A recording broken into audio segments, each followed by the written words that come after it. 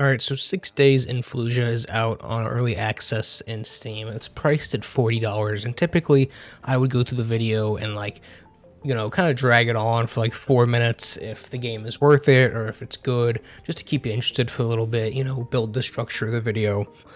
It's not worth $40. I'm just going to tell you that right now, at least in early access. And I'm going to break down why, but in under the first 30 seconds, do not buy it right now. Now, I'm not saying it doesn't have the foundation to be good. That's not the problem here. The problem is the amount of content that's in the game for the price point, right?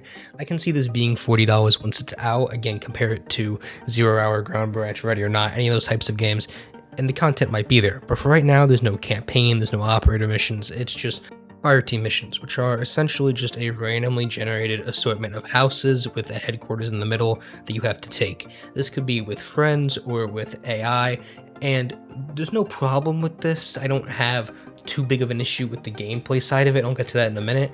The problem is that $40, you can go pay the same price for Ready or Not, and there's, like 10 to 12 plus missions, a bunch of weapons and gear to choose from, and different missions within those types of levels. You can play with your friends, with AI, all types of good stuff, right? So that's just my first problem.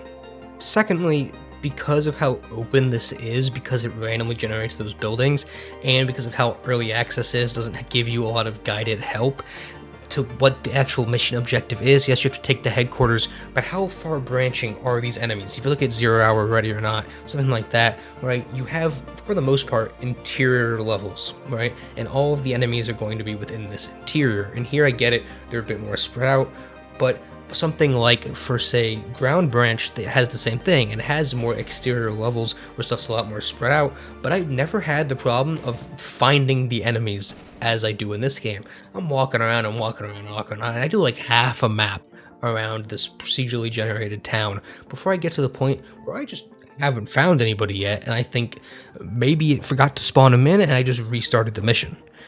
I just found that I get what they're going for with the atmosphere of like the open town and all of that stuff, but there needs to either be more enemies or a more condensed focus of enemies in one area and not spread them out as thinly. Now, as you play with real players and with more people, I'm sure that helps out a lot, but playing by yourself and with AI and all that stuff right now, it's just not great. Now, while talking about AI and the enemies, the consistency of the enemies in this game are all over the place. Now, again, like Ready or Not, other games have this issue, but it's so all over the place. Stuff like this guy didn't even shoot at me, right? I stared at him for like 10 seconds. Yes, I'm a bit far away, but he didn't even acknowledge that I was there.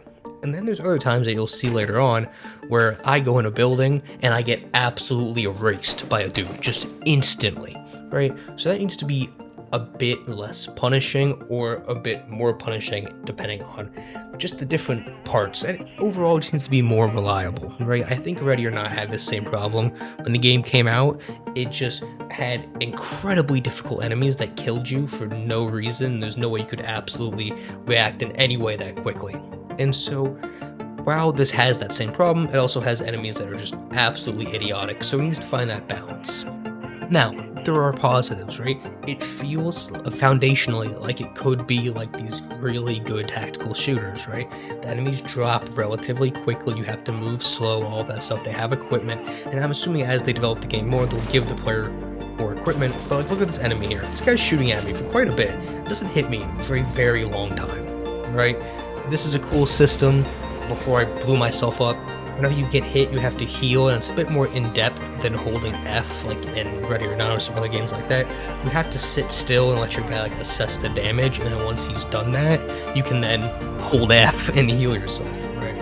And so, my problem with that though, while it's cool and it's like something to interact with, it gives you a cool little animation and all that good stuff, the problem with that is that anytime you stop moving, it does this, right? It says take cover and stop moving. So if you are holding an angle and you get hit and you're still holding the angle, the guy will start assessing for damage in the middle of the hallway and then you will get killed.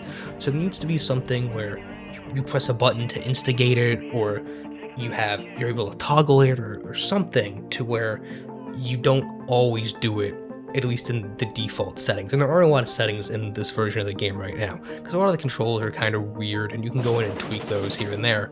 But overall, I think the foundation's there. Give this game the campaign missions, give it the other missions, the operative missions, make the AI more consistent, you know, maybe bring the enemies into a tighter area, have less just clutter buildings in the background, fix kind of these gameplay systems that don't work a bit. And personally, I would like some customization. I know that's not really what they're going for, but I would like that just to change it up a bit. I know they have the whole procedurally generated thing, but that's only going to be entertaining for so long. And while I'm ranting about just things I don't like, with this procedurally generated stuff, it generates the level, but you have to watch the same cutscene every single time. So every time you fail, you restart the mission, you watch the same cutscene, even though it's restarting the level. Now the cutscene's only like 5 seconds, but it's still something that's slightly annoying. So right now, like I said, this isn't worth $40, but when they get to the point when this is a fully fledged game, it has multiple missions and maps and modes, and all of that stuff, we'll check it out again. But if you guys played this, it just came out yesterday, but let me know what you think down in the comments below, and I'll see you guys on the next one.